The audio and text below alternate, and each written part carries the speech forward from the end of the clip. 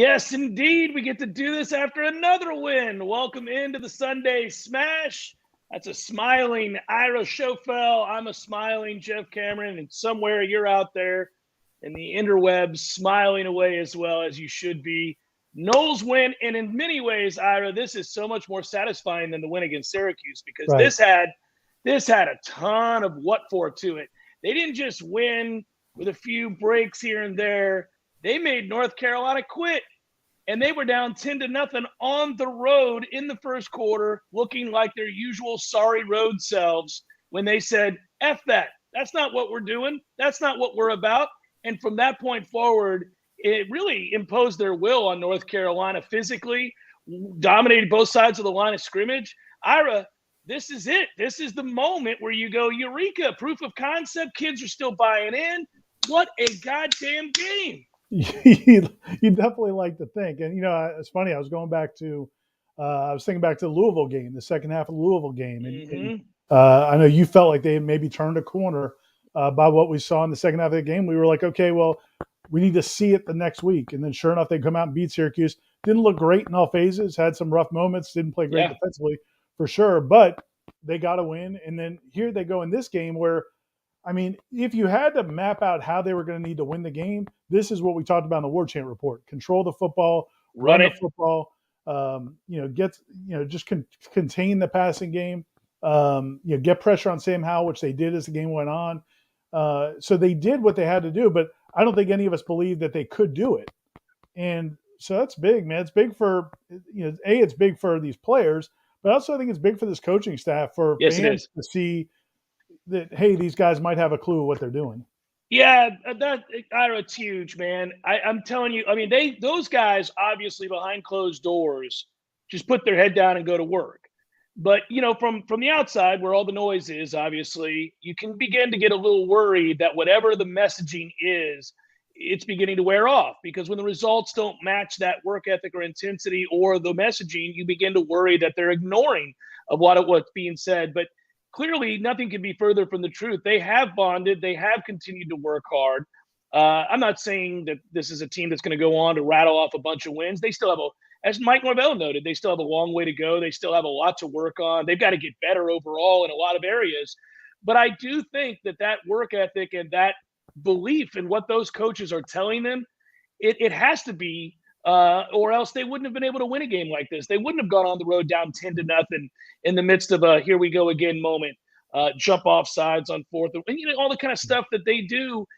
If you didn't believe in those coaches, if you didn't believe in the day-to-day, hour to hour, minute to minute work ethic that they preach about trying to get better and doing things the right way, then this comeback wouldn't have been possible. So they are absolutely bought in with these coaches. People are calling for the keg stand, Jeff. I think didn't we renegotiate that out of the keg stand to tequila shots? We did. Okay, maybe here's what set this up because we're crossing shows here. We are on the Warchant family, but well, and it can get confusing. So here's I know this. So we have people who suggest things they think we should do all the time, and then somehow that gets embraced as something we are going to do that we've agreed to. Right. So one guy wanted me to run naked down Tennessee Street, pantless down Tennessee Street. And while that is something to behold, I don't think everybody wants to see that. And I guess we were going to hold up a sign of some sort, but that's what he wanted. Then there was somebody else that suggested we would do a keg stand. And I said, because Corey had done the champagne, he'd splashed himself with champagne. Yeah, right. So they wanted us to do a keg stand. And I said, without question, that you and I are willing to do keg stands, but there's a lot involved, and we do the show from different places. And I mean, at some point we may do a keg stand. It's not out of the possibility, but it's not. Yeah, it's just not happening tonight. Right. So here's what we did agree to towards the end of all this. We agreed to do a shot of tequila, and you texted me. This is the dedication Ira Schoffel has to the Sunday Smash, to our listeners, to our viewers, to everybody involved that supports the product we produce. He texted earlier today and said, what did we agree to? What did we agree to? He wanted to know, like, hey, we got to do what we said we were going to do. Oh, hold on. And we have a little bit of a fight here in the Giants-Cowboys game, is it? Oh, we got a little brouhaha. Well, the Cowboys are just beating the hell out of the Giants. So Giants aren't happy. No, a little frustration boiling over, I'm sure. But so what ended up happening was that I have tequila here. Now, I wondered, I'm glad you texted me earlier. I'm not so sure the Schoffel household had a bunch of tequila laying around. No. My wife is a huge tequila drinker. I kid. She's not, but we have tequila here, and she's frowning at me right now. We have tequila here for margaritas, and I like margaritas. And I have been known in my lifetime to do some tequila shots. So we had some tequila left over. I bet you had to run to the store. I did, in fact. And I had to explain to the guy why. So I went to the liquor store with a specific request in mind. Like, give me a tequila that's palatable. Like, so Patron? Did you get Patron? What'd you get? Palatable. Okay. But affordable. Right, and in a smaller quantity. Yeah, because you're not going to drink a lot of it. Yeah. No, because this is now Kim will drink it. Kim will drink some margaritas. Yeah. But we just never make them at the house. But now this could open up the door. Oh, buddy, this is the start of a great day. So I got some Don Julio, which he said is it's fine. It's way better than a lot of the ones I was looking at originally, which was like $9.99 a gallon or whatever it was. Yeah, right. So anyways, this is what I'm going with. I'm in. And I got to pour. Jeff, I don't even have shot glasses in the house because I don't drink liquor. Dude, I don't drink liquor. But so people, you have overdue. No. They can drink beer.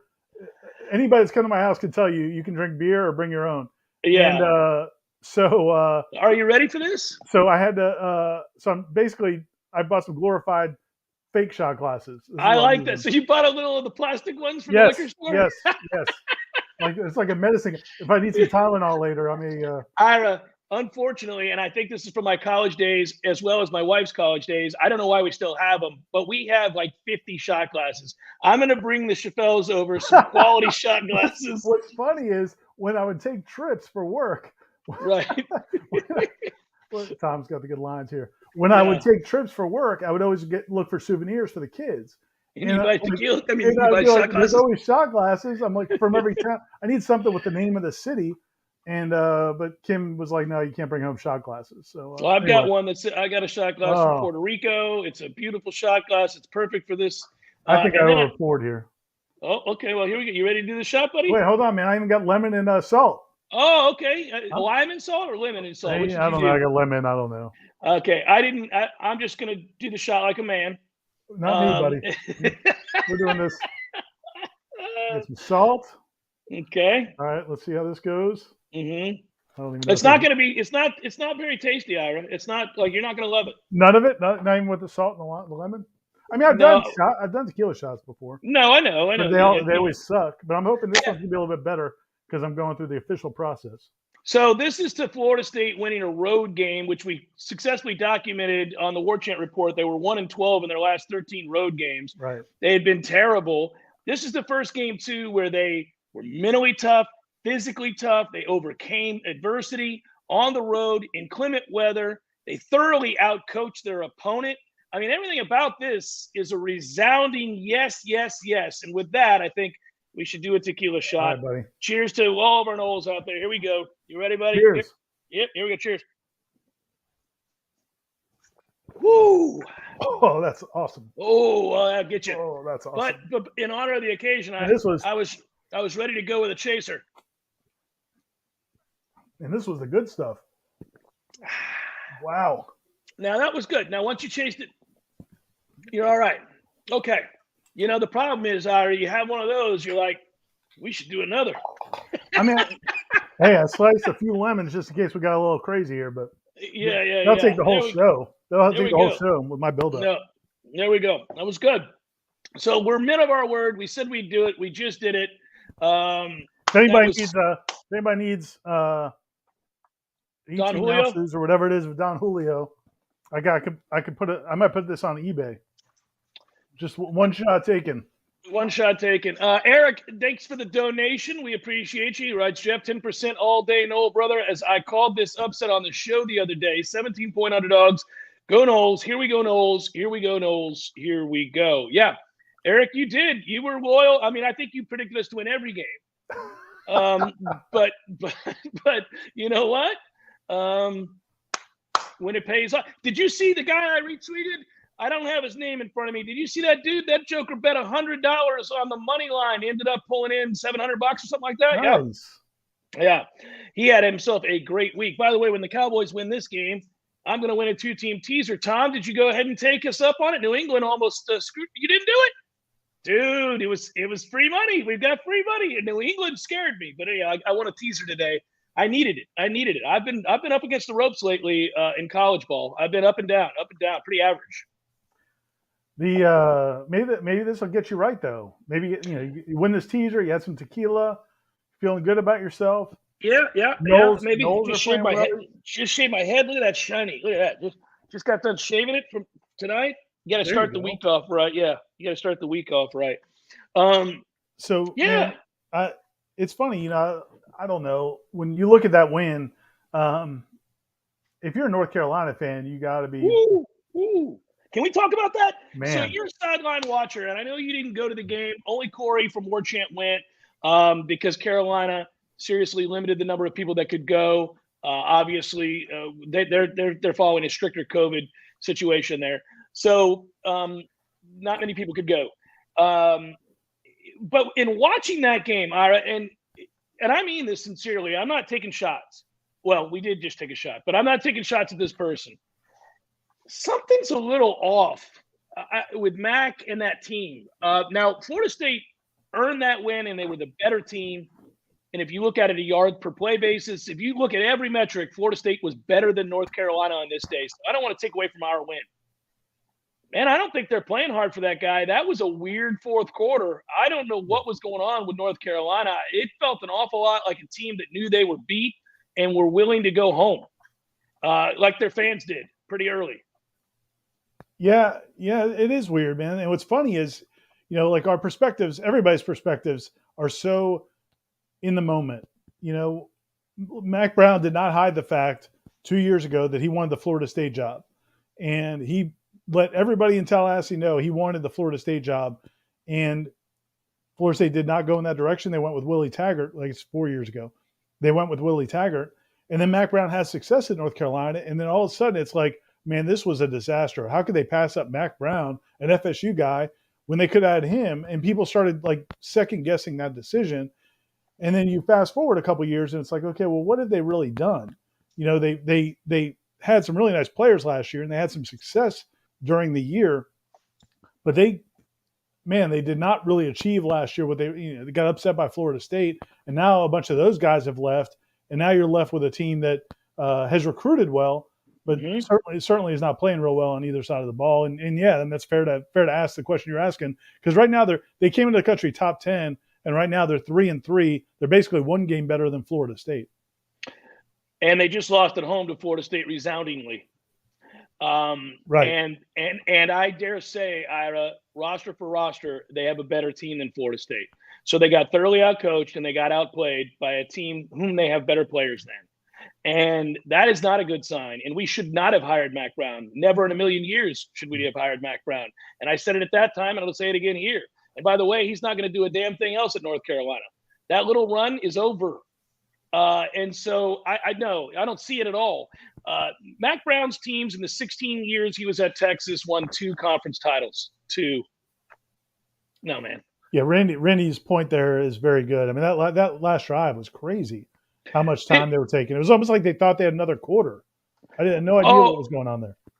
I was stunned too. And I kept turning to my wife. We were sitting here going, what are they doing?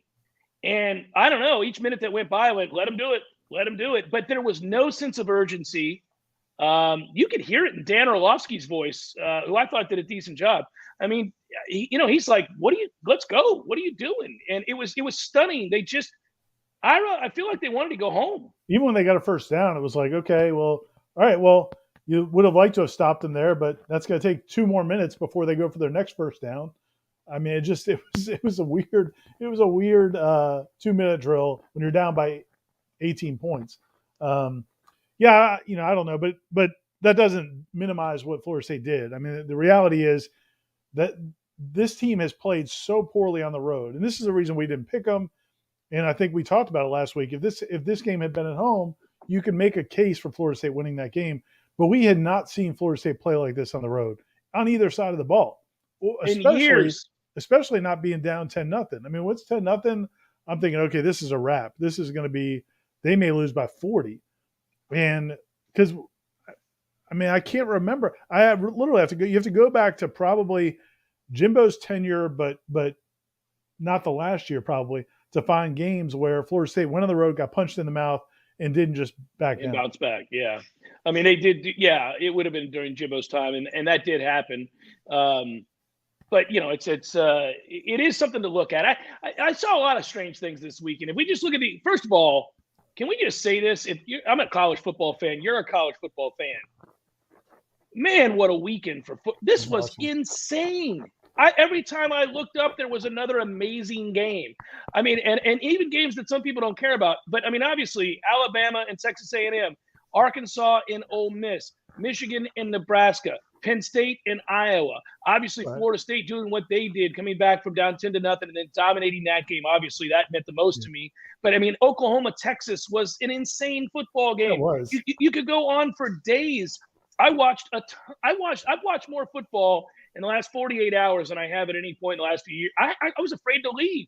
I didn't want to miss any more. Every game was incredible. That Oklahoma-Texas game was crazy, and I almost tweeted something. You know when you start to tweet something, and then you stop yourself? For whatever reason, and then you later you're like, oh, man, I should have done that, or oh, man, thank God I didn't do that. Right. I almost tweeted that because the way Oklahoma came back and just took complete control of that game. I was 38-13 once they made the change, yeah. I mean, and I almost tweeted right when they get the 2-point conversion, when what's his name came back in, they get the 2-point conversion. Right. I almost tweeted Rattler. I almost tweeted for all the people that tell me momentum doesn't exist. Watch this. Watch what's happened to Texas with Oklahoma, the way they've surged back in this game. And then I think Texas went right down and scored. So I was kind of glad I didn't do that. Well, it's interesting. I've watched that rivalry for so many years, and it's always a crazy game, and it never feels real safe. I mean, Texas, probably felt really good at one point, but then the next thing you know, when it gets down to an 11-point game, you're kind of thinking Oklahoma's going to win this game. I mean, it got serious, and it was obviously they were trying to set up for the field goal, and you end up running in for a touchdown. Just an insane ending. But that rivalry's fun. And if you're Sark at Texas, that's a good first one. I mean, look, Texas is behind Oklahoma player-wise, so there's no shame there. There were years where obviously one or the two teams were overwhelmingly favored. This one was a 3-point game because Spencer Rattler hasn't played well. Have you ever seen a Heisman candidate get benched this early in a season? And he's not going to get that starting job back, by the way. I think they found their guy. It's one 5-star to another, but that kid is the truth. And it seems like, whenever there's a storyline that we, in the media, we latch onto a storyline that, okay, this was the moment that guy turned everything around. A lot of times they really turned everything around, or is it a short sample that we've decided to say they've turned everything around? Because it's not like he's played great all year. He's been awful. He's been the reason the offense has sputtered. Now, here's the thing: the Big 12 has been so bad, Ira, and he still led the conference in passing going into that game. They have so many weapons. I think that game was awesome. It started making me think, and I know it's never going to happen, but Florida Georgia is an awesome game. Just the neutral site. Sure, it's fun. Would you ever have an interest in Florida State being a neutral site? Would that appeal to you at all? I really where, Ira? Where do you want to have it? I mean, Orlando, no, Miami. No. Come on, man. I mean, no. Take it down to 305. Listen to this selfish. Yeah. Trip home is what I'm talking about here, Jeff. I don't know. I mean, because it is cool that you. Yeah. I mean, the Cotton Bowl is pretty cool. Yeah. Yeah, I mean, those experiences are neat when you've got half this. The Florida Georgia game used to be quarter.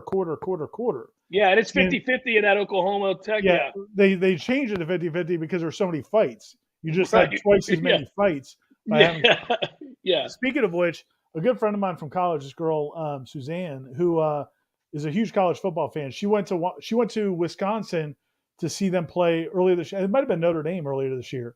The Soldier Field in Chicago. Oh yeah. Or no, she might have gone actually. No, she actually went to a game in Milwaukee, or she went to a game in Wisconsin and visited Madison. Milwaukee. Okay, but it was a big game though. But she actually went into Milwaukee because she was talking about. But anyway, what she found so remarkable, she texted me last week. She's like, what's the most amazing difference between games at Wisconsin versus games in Gainesville or Tallahassee? She said there was like no fights. Everybody was cool. Yeah. And I was telling her how like people always say that about Nebraska. Like Nebraska games, their fans they're just nice enough people. Been around long. Well, Midwesterners tend to be pretty solid people. I mean, they work hard. They deal with the cold. There's a lot of stuff they're overcoming, man. Not enough anger for sports. Yeah. Hey, by the way, thank you, Blake. Plus 630 for that ass. Never in doubt. Yeah, he's the one who laid 100 to win 700. So, nice work, Blake. Yeah, that is good stuff, Blake. Hey, a bunch of people did ask this question, and we should get back to this for a second because there's some legitimate questions being asked, and I think it's fair to answer some of these. So Tom wants to know our win total, the remainder of the season, and did this weekend change anything? Oh, sure it did, and it did for a lot of reasons. I'll just say it changed because they clearly have an identity of what they want to do. So you're going to play to something. It may not always work. There'll be teams that are able to shut it down. But I will say, if Jordan Travis is healthy, and that is a giant if, he did such a good job with the read option in this game. He's as good at that. He's as good at that as anybody I've ever seen, I think. Well, yeah. I mean, I'm not going to go Corey Clark on this here. I gotcha. But he's really good at it. Well, and he did a better job in this game than he's done in any previous game. I mean, he really, really looked comfortable doing it. Sold it. Yeah, he sold it. Ira, you're 100% right. He sold it, buddy. He had one glaring miss, and it's on the play where he got Jayshon Corbin killed 5 yards. Yeah, he gave it up on that one. Yeah. It was one where you're thinking, okay, well, Jordan just didn't want to take that one. He's like, you're going to have to take that. I'm good on this one, Jayshon. Partner. You go ahead and take this ass kicking. I don't feel like it. Yeah. Hey, by the way, as brittle as Jordan Travis has been, I think Jayshon Corbin would be happy to take that shot. He did. Even after the play, he kind of went over to him and tapped him. He's like, "That's good. It's good. Yeah, I don't need you taking that shot. You just break off another one of those 53-yarders. Yeah, I'll deal with taking some shots every now and again. You stay upright and get us this touchdown every now and again. We'll be all right. Yeah, it made me laugh too. But he also just seemed relaxed. Yeah, like he just seemed calm and like he understood what they were trying to do. What you were critical of, last year, and somebody earlier was like, "Oh, you got to eat some crow."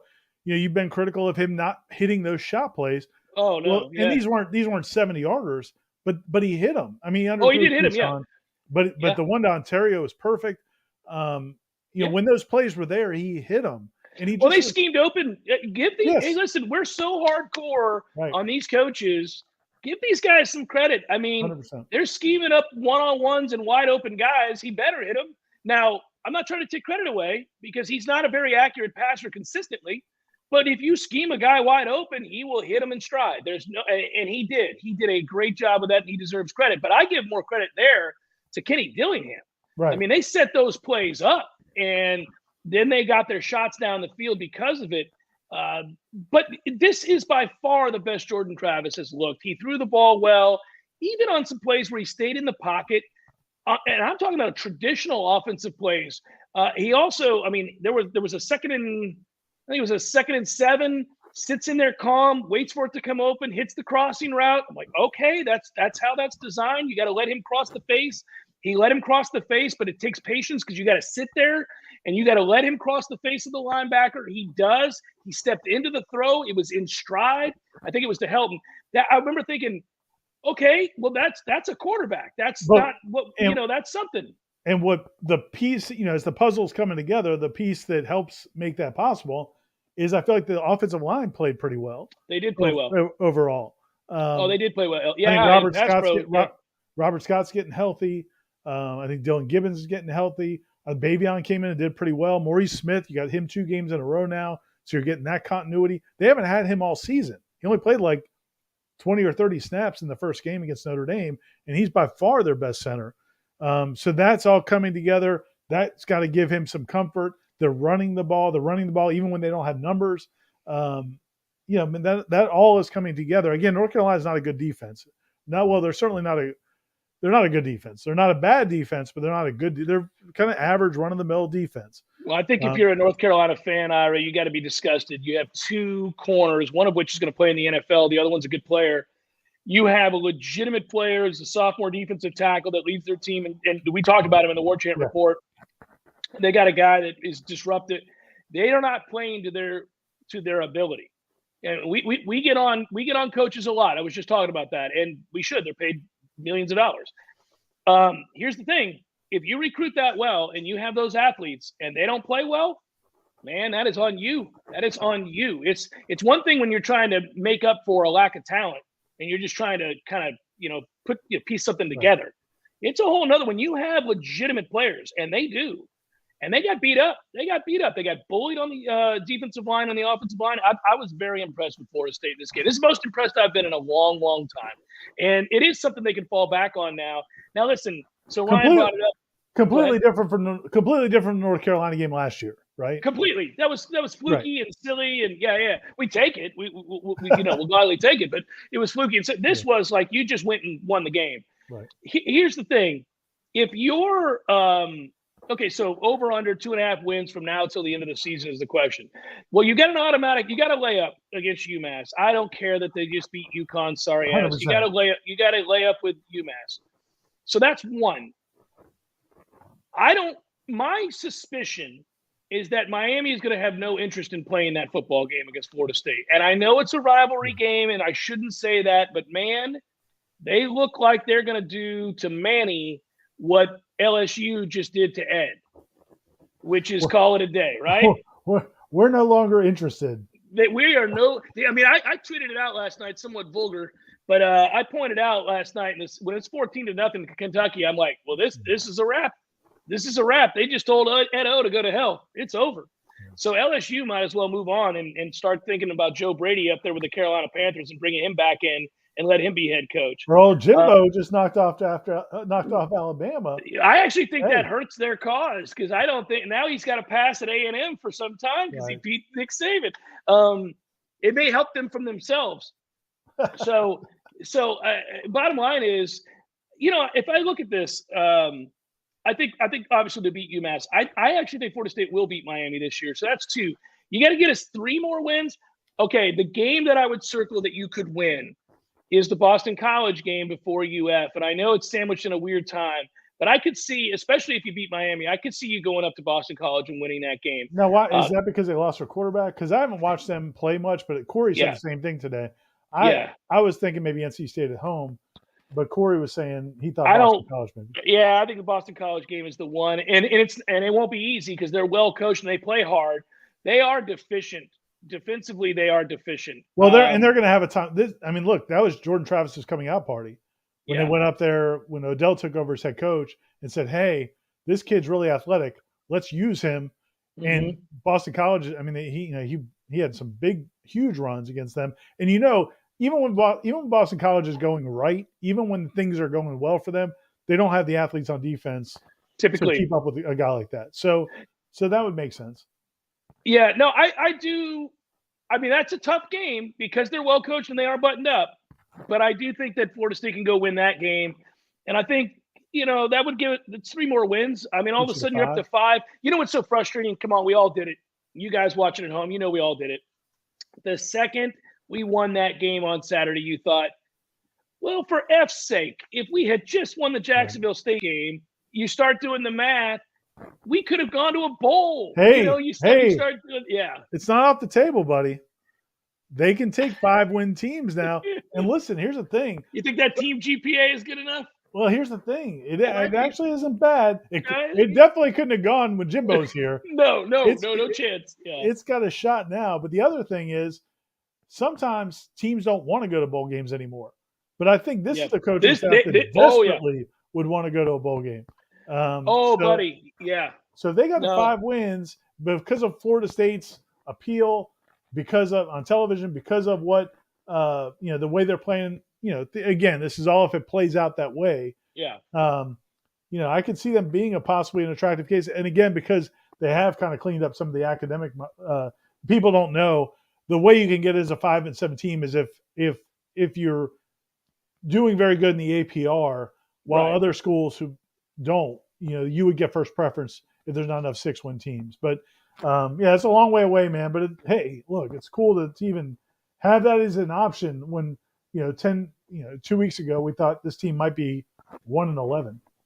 So if you go back and if you think about something, watching that Syracuse-Wake game, Ira, Syracuse lined up and ran the ball against Wake Forest and kind of bullied them, and Wake wins the game, and which I guess is good for the ACC. Somebody's got to do something decent, but it made me feel even better that Florida State was able to get that win. I don't think Syracuse is a great team, but I do think they have some tools to run the ball and run downhill on you. So it was important that they got that win. To see them play really well against Wake, okay, that's nice. And then from there, I wish, and I know nobody thinks this, I really wish Florida State could have another shot at Wake Forest. I'm telling you. Oh, yeah. I'm telling you, those two calls early are just devastating. And nobody wants to hear that, but you turn it over 6 times. If Jordan Travis is healthy, I think that's what you're going to say. And you play him in that game. But not just that. I mean, and I try to write about this some in the 3-2-1 I wrote today. I really think it's as I alluded to it earlier. There's several pieces to this. Maurice Smith goes down in the season opener. Dylan Gibbon gets hurt early in the season. Devontae Love-Taylor gets hurt early in the season. Robert Scott gets hurt early. That whole offensive line's been banged up, except for Darius Washington, who's played every snap. Those other 4 guys have been banged up a lot. You played Dante Lucas early in the year because you were still thinking, okay, maybe he can, but then he would kill you with penalties and the things that he'd bring to the table. Quarterback situation, you didn't have a healthy quarterback. Some weeks you've been out there. Some weeks McKenzie Milton wouldn't practice. Some weeks Jordan Travis wouldn't practice. So they really they couldn't get much of a feel there. The receiving core is not very good, or is not very proven. So I just think, man, they had a hard time getting their fingers on, or their grasp on what could they do. And the Wake Forest game to me was kind of like, it was a Hail Mary to an extent of maybe let's give McKenzie Milton a shot here, and then Jordan, right? And then they go with the hot hand, and that didn't work. They come back with McKenzie against Louisville, and it was like they were grasping for straws because nothing worked. And I think once Jordan got healthy, or healthy enough, the offensive line started getting healthy. They could commit to this, which is probably what they want to do from the very beginning, to give them the benefit of the doubt. It's hard to call plays, man. When you're making mistakes, you can't execute anything. You're having tackles for loss and penalties and fumbles, and you don't have healthy quarterbacks. You don't have a healthy offensive line. So again, man, there's what we've seen these last 2 weeks, I think, is what they wanted to do originally. They just couldn't get there. I'm going to say I'm going to say yes and no. I think that they screwed up out of desperation. Here's where I civilly disagree with you. The biggest mistake, look, the Jacksonville State game to me was a debacle. 100%, no doubt. But I'm not sure. Jordan Travis's health, I think, was a big concern in a couple of those other games. Well, okay, I don't disagree with that, but I don't think, Ira, that they came into the season wanting to run the offense that they're now committed to running. I think that they were desperate to have a drop-back pass game, because Mike wants to run more of his offense, and you can do that if you're able to throw from the pocket. And I don't think he thought Jordan – I think he thought Jordan was limited. He was a guy that could run around, and you didn't trust him to be healthy, right? So they were hoping McKenzie Milton could be healthy enough to run the system, the entirety of the system. Where they screwed up, in my opinion, is that they didn't identify soon enough that they didn't have the pieces to do it, including they didn't have a healthy McKenzie Milton. And Ira, he missed, we can say this, right? He missed a lot of time, man. He missed a lot of practice, and yet they were still trying to square peg, round hole. Well, and with Jordan too. I agree with you. Jordan too. I think they were, because of some of the strides they'd seen him make in practice, I think they thought he could be a guy that could run the offense the way they wanted to. But I don't know if it was desperate. Look, man, it's semantics. I don't know if it was desperate or – Well, I think they just wanted that. They wanted that as part of – yeah. And why wouldn't you? It's more appealing to recruits to be able to do that, to have receivers that make plays, right? It's an offense built for playmakers, right? Like that's kind of what they're trying to do.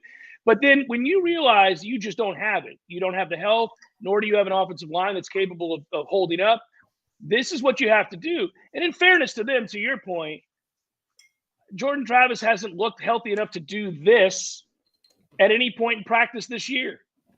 I mean, he's been beat up. And so it's a confluence of things. They've had a bunch of bad luck with guys getting hurt. They may have misplayed their hand early on, and it cost them a catastrophic loss. I mean, again, we keep talking about this because if they hadn't lost that game, are people really that angry if we're sitting here with 3 wins right now with an overtime loss to Notre Dame? And, I don't think so. I mean, the Louisville game would look rough, just the way. Well, 31 points. Yeah. Hey, but by the way, that's another thing. Adam Fuller may have saved his job Saturday. I mean, if things had continued down the path we were looking at, Ira, I just don't know. He may not be back, but he's given himself a fighting chance right now. They looked absolutely prepared. That's what I was going to say. They're still not very good, but they did look prepared. They looked prepared, and they competed, Ira. They were really aggressive. There was a play early in this game. I think it's kind of just an out route. It's just a little 10-yard to the sideline. Man, there's good coverage on that play. There's real fight. There's hand. There's confidence. That's what it was. There was real confidence. You get the interception because that's a well-played and well-defended moment. Your reward is to pick that pass off. Guys, you're allowed to do it. You're allowed to do it. If you're in somebody's hip pocket and that ball goes up and it's 50-50, you're allowed to win one of these. And they did. And they played like they thought they were going to. So, yeah, it's funny, man. I was talking to somebody last summer who has been on the wasn't a coach, wasn't an official coach, but was on the staff the last few years. And he said that he could never understand what was wrong with the DBs, that he felt that he could see them play in practice. You could see things they did, but for whatever reason, they get in games and just have no confidence at all to make those plays, whether it was Harlan Barnett coaching them, whether it was Adam Fuller coaching them, or even, certainly under Charles Kelly at the end, they didn't make those plays. And I don't know what got into him this week. I thought, man, it was awesome. I don't know if you watched Jarian Jones' interview. Oh, man, yeah. He's one of the funniest kids. I like that kid. Yes. And he said, somebody asked about like the noise, blocking out the noise or whatever. And he's like, look, man, I don't need people to validate me. Like, I know what I can do, just look, that's what you want to hear. I mean, he wasn't like bragging. He wasn't being like a jerk, but he's just like, look, I don't need other people to tell me that I like good job or you can do it. I believe in myself. I don't need validation. So I thought that was pretty cool. And then he made that play. It was a huge play. And he's a guy that had not made those kind of plays earlier this season. They've got some players back there when they're healthy and to get some people to fight. Oh, this is great. There you go. A little Libations Friday Fest that was the 8th annual. That was a while back, but nice. Anyhow, thanks to our friends at the CP. Yeah. So sorry about that. We're switching over to Cigar City, guys. There you go. I'm sticking with the red stripe. Well, this is actually instead of the high-lie because I'm trying to make sure I keep it together. It's a little high-low action, everybody. A little high-low. Yeah, I didn't ever think that you could make a white version of an IPA, but you can, and it's good. Okay, so anyhow, they do have some players in that secondary. Let's hope that this is much more consistent moving forward. They're gonna get beat. They're gonna give up some plays. Every football team does, but I need to see them consistently, in the right spots, playing with good technique. Ira, I will tell you from a technique standpoint, I watch this pretty closely. There are certain rules, and I'm not going to go into it here, but there are certain rules for the secondary, and I will tell you that the last couple of weeks they've played fundamentally sound. They've played with good technique. They're not always they don't always communicate real well, and they don't always seem to have a handle on certain responsibilities, whether they're in zone coverage or man. But from a technique standpoint, when we talk about leverage and things like that, they're playing pretty smart football right now. So maybe you can have hope that this is kind of more of what we're going to get moving forward, and that they'll be an average defense, and because they're good up front, they're just thin right now. And one thing I will say is they got a couple guys they have to play right now that they really didn't want to have to play, and when those guys are in there, and I'm talking about up front, they get hurt a little bit. I'm not, you know what? It was a great win. I'm not going to call it a specific player, but there's a couple guys that they're relying on now because of injury that really probably shouldn't be out there. But hey, listen, at the end of the day, they've got 4 guys they can depend on up front, and maybe you get a little something on that back end that you haven't had in a while. Hey, man, and a couple of the young guys, I mean, you know, we've seen Kalen DeLoach come along through the course of the season. He was a guy a year ago nobody would have expected. No. I mean, he started last year against Georgia Tech and then went on a milk carton. Like, they didn't play him the rest of the year. And then he had a good spring. He's come around. He's now become a key player. Kevin Noles is a player. I mean, we knew that, though. We knew that, right? Yeah, he is a player, yeah. But that's big, man. Now, you're talking about a freshman, a true freshman that's playing at that level.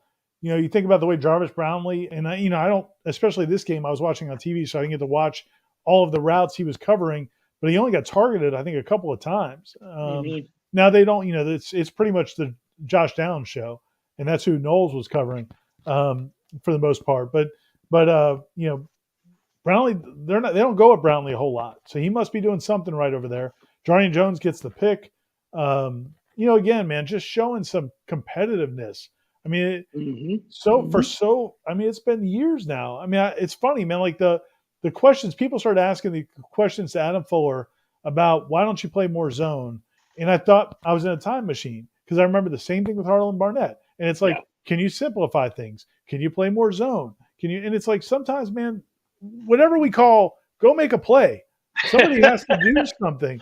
And you're starting to see those guys make some plays, which, man, I got to think that's got to give them confidence going forward. And Sam Howell's one of the best quarterbacks. I mean, and their receivers helped Florida State a little bit. They dropped some passes, but couple big drops there, Ira. There's one on the crosser that's going to be a problem if he catches it. But, so we can't go crazy that it wasn't a dominant defense performance, but they also when they had some opportunities to make plays, they did it, and it's a long cry from where we've been. Well, the biggest thing that I took away, besides the fact that they bowed up, got a win, played well on the road after they got off to a rather ominous start, I think the biggest thing is that they are clearly committed to the group that's teaching them. And that is, to me, if you're trying to woo star recruits, and you're trying to get kids to believe in these coaches, the current players have got to exude that belief. And there's no better way to exude that than being down 10-0 on the road and then really bullying North Carolina the rest of the game. And I know the video has made the rounds and how cool it was that Travis Hunter was on it. Yeah. Well, yeah. That's not ideal. It's not ideal to record that video in the first place. Yeah. But I will say, I back off because at the end, Adam Fuller gets on the video.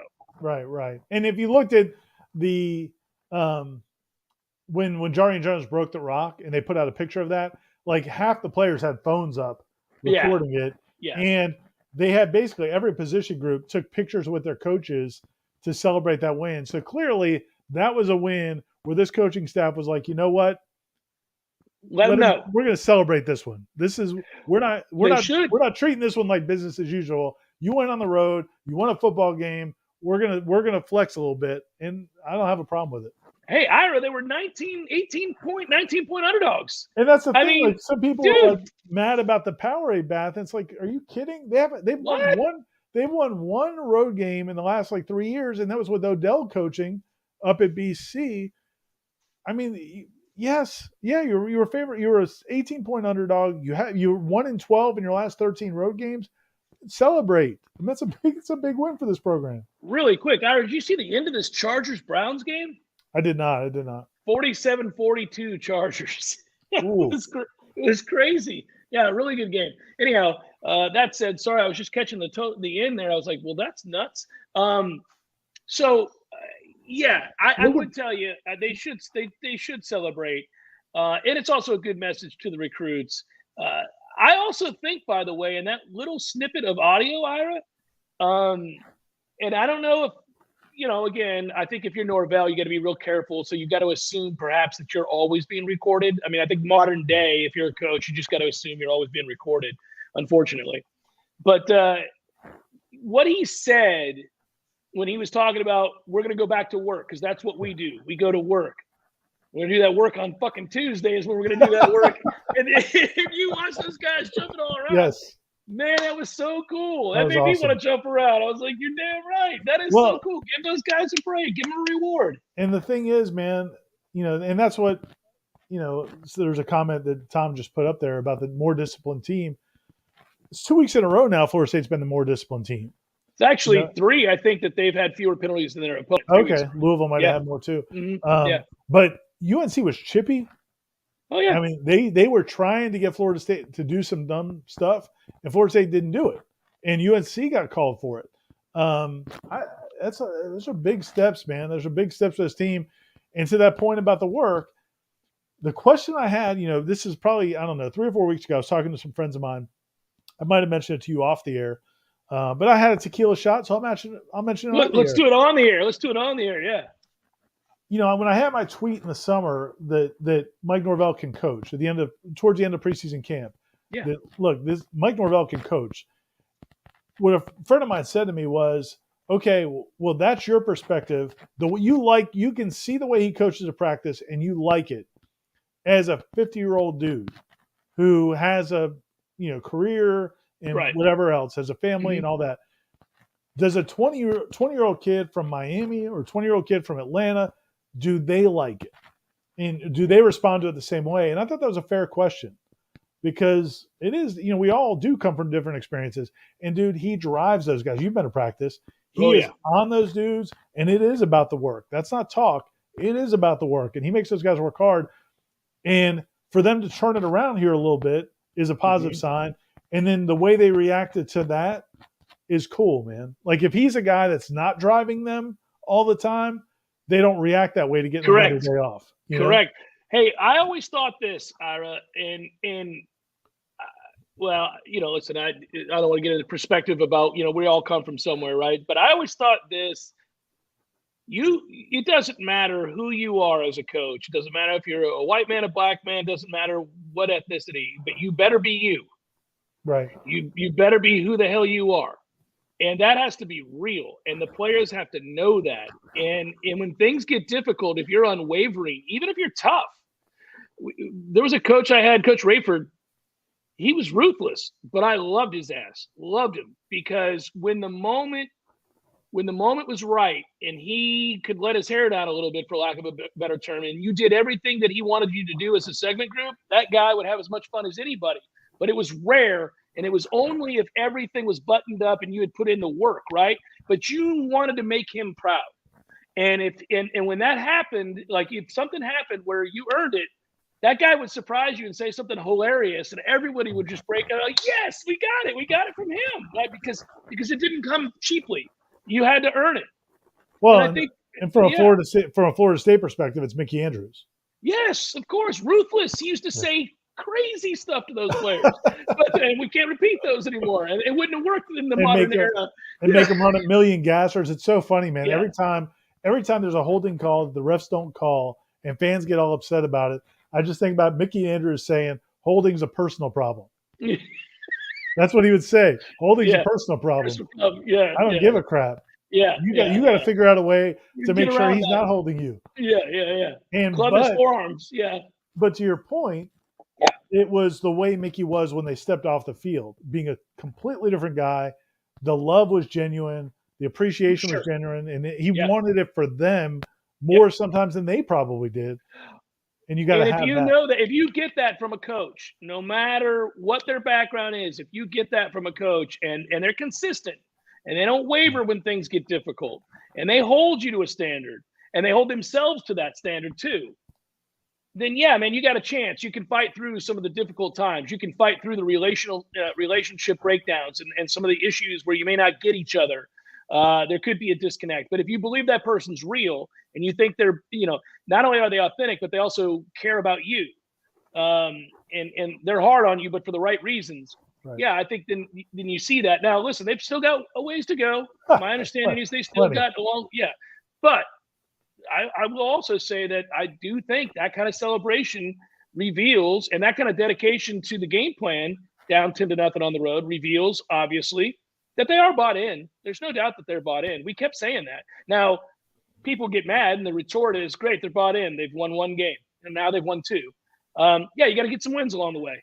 So you'll get another one here against UMass. That'll be 3. And then let's see what happens the rest of the way. I mean, God forbid you're in the fourth quarter of a 17-13 game against Clemson.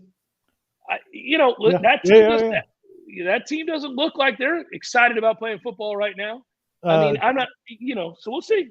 Tom put up that question by Tildog about whatever it was said at halftime of the Louisville game. Do you think something happened? Because we've talked about it. It seemed like something changed in this team.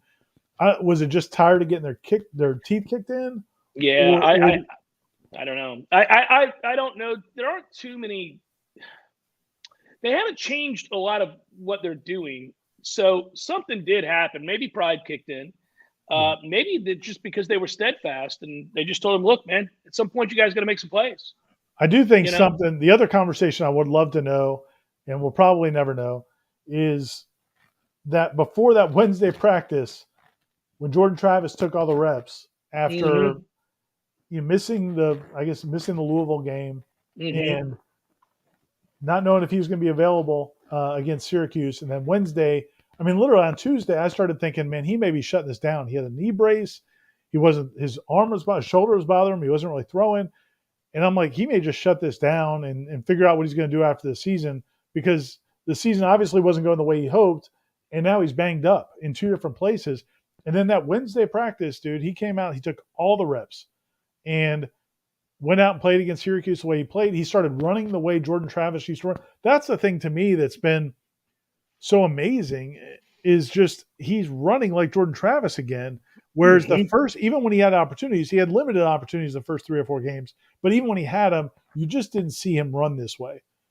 And no, Tom did a good job. I remember going into work. I don't remember which game it was. I don't remember which game it was. Might have been the second time. And Tom said, man, have you noticed that Jordan's just not – the opportunities are there. He just won't take off. And then that kind of made me look at it a little bit closer. I thought he was probably reluctant to run because he was trying to become a better passer. That's possible for sure. At their urging. Yeah. At their behest, right? Yeah. I didn't know. And maybe we never will. Maybe he was really banged up. I don't know what the answer is, but I do think whatever it is, he's clearly healthy at the start of games right now. Whether he is at practice or not, clearly, I don't know. But I will say that he, I would never suggest that these kids are taking anything before the games. I do know that in the NFL, Toradol is an amazing drug, and guys are able to get out there and play. Speaking of which, how about my man Jimbo? So his quarterback last night gets hurt. I don't know if were you watching that whole. Oh, of course, it was incredible. Yeah. So his quarterback gets hurt. The kid's playing his butt off. Impressive. It was great. He gets hurt, takes the shot on the knee, goes in the injury tent. Jimbo follows him in the injury tent. Yeah. My only question is, did Jimbo do the shot? Like, did Jimbo come here, you son of a bitch? We ain't losing this. My God, what's he doing? Have you ever seen a head football coach go into an injury tent before? Yeah. Now, and then amazing. You listen to me. You listen to me, God damn it. And if he We've did come it, too far. And if he did it, I'm not sure I'm against it. But it's just amazing. The guy comes back out and sure enough is running for a first down like 3 plays later. Yeah. Oh, that was awesome. That would be the best. I would have loved to have been a fly on the wall. No, this is not how it's going to go down. Now, goddamn it, give me the needle. Let me tell you something. What? Doc, why are you even feeling around there? Just shoot that shit. Let's go. Yeah, I've worked my whole life to win this game. Exactly. You are not. Oh my gosh! As soon as I saw Jimbo go in the injury tent, I was like, "Okay, that dude's coming back in. He's gonna get in the game." Yeah, this isn't a wrap. He challenged everything about who that kid was in that moment, who his parents were, where he came from, what kind of a man he thinks he is. Yeah, I mean, you name it. Oh, man. Yeah, that would make me laugh. And how classic was that? It was just the whole thing was so vintage Jimbo. You get your blank kicked by friggin' Mississippi State at home. You lose to Arkansas, and then you come back and beat Alabama. I mean, it's like, oh my gosh, it's just so vintage Jimbo Fisher. Yeah, congratulations! It's awesome. That's awesome. No, and I'll tell you something. By the way, that Alabama defense, which got exposed in the second half against Florida, it's got some issues. Right. Yeah. I mean, it's got some issues. So that could be really interesting. I mean, I guess the one good thing is we get set to wrap here in a few minutes. College football was not only great on Saturday, but we really are in the midst of a better season, even though Florida State's not. I mean, it's nice to know that, Ohio State has a loss. Oregon, the team that beat them, has a loss. It's nice to see Alabama lose and look very vulnerable. Clemson is obviously not in the mix with 2 losses now. We can go on and on with a lot of these teams. You have some intrigue. Oklahoma survived Texas, but clearly they're vulnerable. There are a lot of – Georgia's the only team that has looked like a national championship team. And even Georgia, do we trust that offense just yet? I mean, that's the thing. You feel like at some point they're going to run into an offense that puts up a lot of points, and they're just not going to be able to match it. It'll be tough to do against that defense, but yeah. I do love watching Georgia play because they're not having any bullshit. They will hit you and then hit you, and they know who they are, and I like that about them too. But I do think obviously you're going to need JT Daniels and not Stetson Bennett. You're going to need a guy who can throw the ball down the field consistently at some point. Jeff Hill's question here. Thanks for the contribution, buddy. Thanks, Jeff. Corey's actually working on a story on that, and as best as he can tell, he's only having luck going back to 1980. He's having a hard time finding point spreads before that. But Florida State, this is definitely looks like the biggest odds that they've overcome as an underdog. I mean, obviously in the 90s, they were never an underdog, maybe a point or 2 points against Miami or somebody.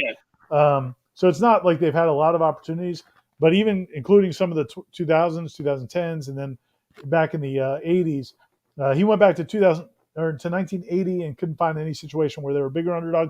There's a couple of possibilities back before then. Sure. Yeah. But it's hard to tell. It's just hard to verify because it's hard to get that information. Yeah.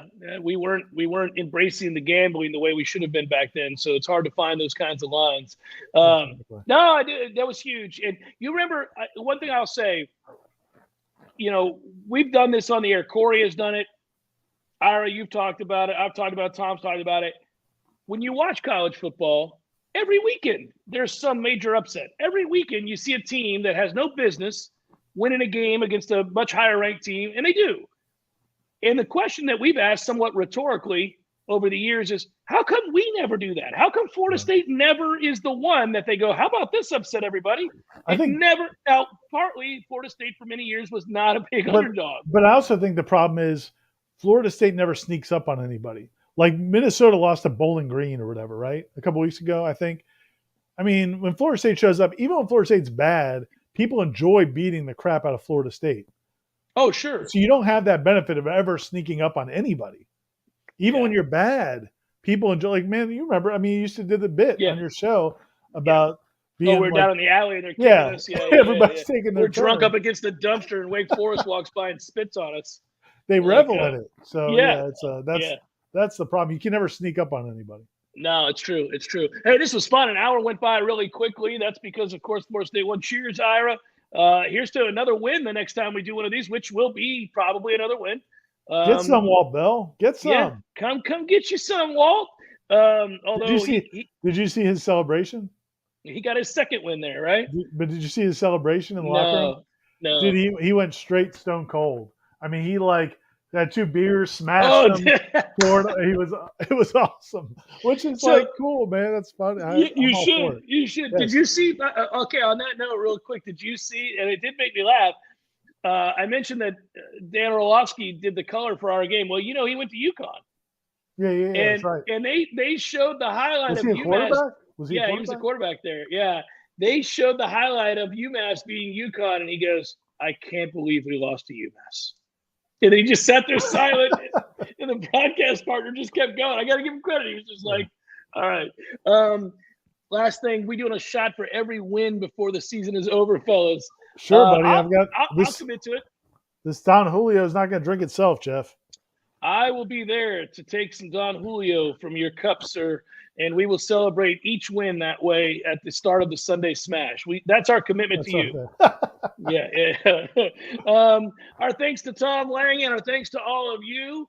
Ira, love you, buddy. I'll see you on Tuesday, and you guys be good. Enjoy the rest of your Sunday night. Enjoy the football, and peace. Talk soon.